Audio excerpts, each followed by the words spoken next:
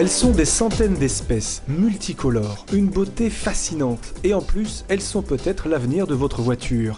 Les microalgues, d'infimes végétaux aquatiques qui représentent un véritable trésor pour les scientifiques. Leur rendement est exceptionnel, elles pourraient devenir demain le biocarburant de 3e génération.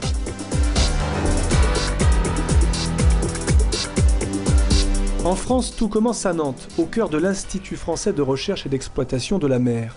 C'est ici que sont cultivées, parmi les premières au monde, une trentaine d'espèces de microalgues. Le maître des lieux, c'est Jean-Paul Cadoret, responsable du laboratoire Physiologie et Biotechnologie des algues. Son trésor, pour l'instant, tient dans une seule main. Ce que je tiens là, c'est un petit flacon qui contient de l'huile d'algue. Donc comme quoi on peut... Alors évidemment, c'est extrait à l'échelle de notre laboratoire, mais il suffit d'extrapoler à des cultures plus conséquentes en biomasse, et donc on peut obtenir de l'huile de microalgues. Avant d'obtenir l'huile miraculeuse, tout commence derrière un microscope. Invisibles à l'œil nu, les algues doivent être patiemment débusquées. Et les voici, des petits bâtonnets de rien du tout. Alors, comment leur faire cracher de l'huile? Si c'est pour les biocarburants, notre préoccupation c'est de trouver des algues qui font beaucoup d'huile, voire d'augmenter leur capacité à faire des huiles. Donc on va sélectionner des algues sur ces critères. Bien entendu, il faut qu'elles aient des rendements de production compatibles avec une industrialisation future. Donc notre travail, c'est sélectionner, et une fois qu'on a sélectionné, de mettre en culture et de les étudier.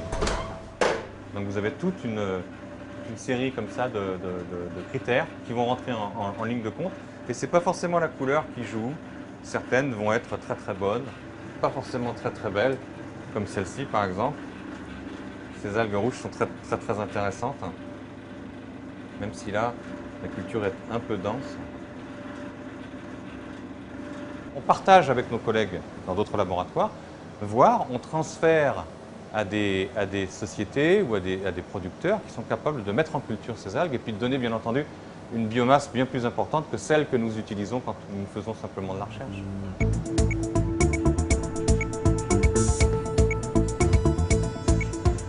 L'Ifremer a donc transmis à l'industrie une partie de son savoir. Alpha Biotech est le leader français de la production de microalgues. L'entreprise produit notamment de la spiruline, à laquelle on prête bien des vertus thérapeutiques. Plus discrètement, dans ces bassins, barbotent peut-être les biocarburants du futur. Alors ici, on a une bonne quinzaine de souches de microalgues qui ont pu être mises en culture suivant les contrats qu'on a pu passer avec les différents industriels. En permanence, on peut dire qu'on en a 4 à 5 en culture.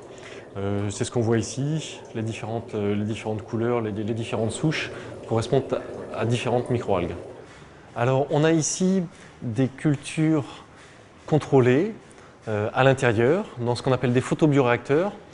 Donc ici, on est passé sur des volumes déjà nettement plus grands. On a quasiment une centaine de litres. On peut contrôler les paramètres de culture de façon assez fine. Donc la température, la quantité de lumière, le pH, de telle sorte qu'on, là encore, on va optimiser la production. Alors après cette étape de production, il va falloir séparer la microalgue de l'eau dans laquelle elle se développe. On est sur des cultures qui sont environ à 1 pour 1000, c'est-à-dire que pour 1 kg d'algues, on a 999 kg d'eau. Autant dire une aiguille dans une botte de foin. C'est l'un des gros problèmes aujourd'hui de la culture des microalgues, leur dilution très importante dans l'eau. Il faut donc d'immenses étendues pour être rentable. Alpha Biotech effectue des tests en extérieur.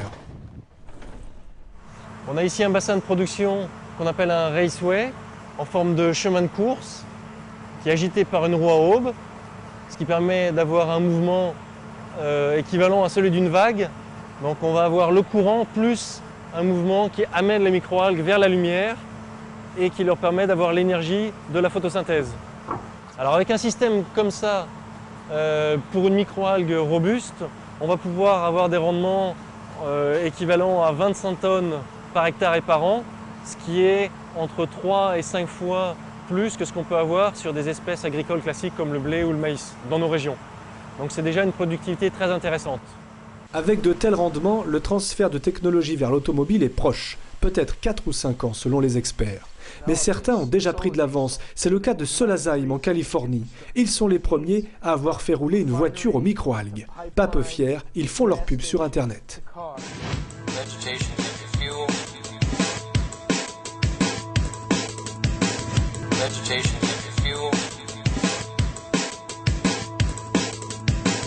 Vegetation